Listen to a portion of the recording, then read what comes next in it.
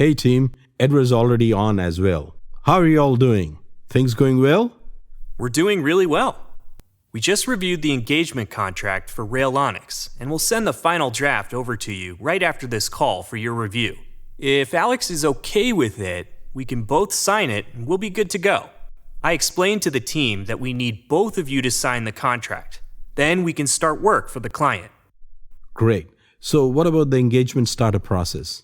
Is everybody comfortable with how the process works and what we need to do when we first consider working with the client on a new project? Yes, the team checked the Central Entity Service to determine restriction status. Railonics had a green check mark, indicating it was not a PwC audit client or affiliate, and therefore unrestricted. Right. So if the client had been restricted, we'd have to take further steps. We've talked about completing an AFS for restricted clients to evaluate permissibility of the proposed services, which then has to be submitted to the Independence Responsible Partner and the US AFS review team for both of those approvals. Great. What did you work on after that? Well, you mentioned we had done work for the client before, so we double-checked the client acceptance status to confirm Railonics was still an accepted client, and it was. We discussed that if the client acceptance status said anything other than accepted, we would need to take a step back and perform an adverse data search before proceeding. Good. So they moved forward with the engagement acceptance form. What did the team think about that process? It really made the team think about the engagement and talk through risks associated with the different aspects of our service.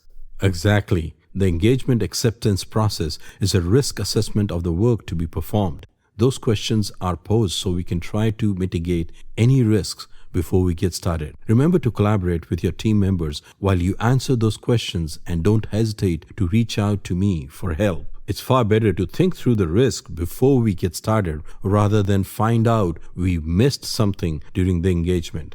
Once the EAF was completed, you turned to the draft engagement letter I started, right? Did you discuss how we always start with create to draft a contract? Yes, absolutely. We talked about always starting with create to draft a contract and how important it is to write a detailed scope and deliverables section. That way, PwC and the client understand exactly what's involved with the project right from the start. We also discussed how the answers provided to the questions in Create automatically populate the draft letter with the most up-to-date PwC-approved legal terms and conditions for the contract. Did you note any changes to the standard language in the terms and conditions? If so, I'll need to have all changes reviewed and approved. This includes key provisions such as the limitations of liability and use of deliverables clauses.